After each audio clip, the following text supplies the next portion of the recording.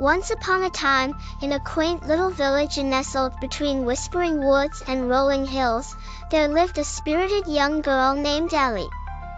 Ellie had bright eyes that twinkled like the stars and a heart full of wonder.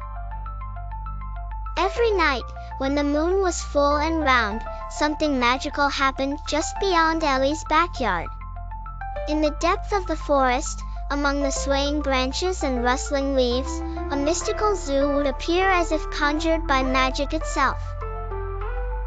But this wasn't any ordinary zoo. No, this was a celestial sanctuary where the animals were made of stardust, strands of moonlight, and the fabric of dreams. Each creature shimmered with an ethereal glow, playing among the shadows of the night like dancing fireflies. Among these otherworldly beings was Lumina, a guardian fox whose fur glowed with a pale, radiant light. She was the keeper of the celestial zoo, and it was she who greeted Ellie with a soft, harmonious voice every time Ellie ventured to visit. One enchanted evening, as the moon painted the forest silver, Ellie sprinted through the underbrush to the zoo, a place alive with soft voices and gentle whispers of magic. But something was different this time. The animals, usually vibrant and full of life, seemed to be fading, their twinkling splendor dimmed. Ellie gasped as Lumina approached, her glow slightly muted but her eyes still full of warmth and wisdom. "Ellie, dear child," Lumina spoke gently, her voice like a soft melody. "The magic here is weakening. The celestial creatures are losing their glow because children have stopped believing in the wonders of imagination. Without belief, we shall fade away forever." "What can I do, Lumina?" Ellie asked, determination resting in her voice. She couldn't bear to imagine a world without her beloved magical zoo.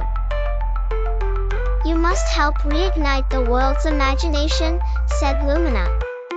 "You must make the children remember the joy and wonder that magic brings." With a determined nod, Ellie set off on her quest. She thought of the ways to make the children believe again. That night, she filled her room with moonlit stories and dream-filled drawings. She crafted tales of celestial animals and luminous lands. Each story was vibrant, each drawing was alive. The next morning, Ellie ventured to the village, armed with her creations. She began sharing her stories with all the children she could find. In the schoolyard, during playtime, at the local park, Ellie's voice, full of excitement and wonder, wove tales of the magical zoo. Slowly but surely, a spark flickered in the eyes of her listeners. They marveled at the sketches of rainbow-topped giraffes and starry meadows. They gasped at tales of moonbeam elephants and dreamy owls, and soon, their hearts were alight with the fire of imagination. As word spread, more and more children began to gather, eager to hear Ellie's magical stories. They too began to imagine, to draw, to believe. Back in the forest, an amazing thing happened. The celestial zoo began glowing brighter than ever. Slowly at first, but then all at once, the sparkle returned to the creatures, and Lumina's radiant light could be seen leading them. When Ellie returned that night to see Lumina, the glowing fox met her with a twinkle in her eye and a wag of her tail. "You have done well, dear Ellie," Lumina praised. "You have reminded them of the magic they hold within. The world will not soon forget this feeling." Ellie beamed with joy, her heart so full it overflowed.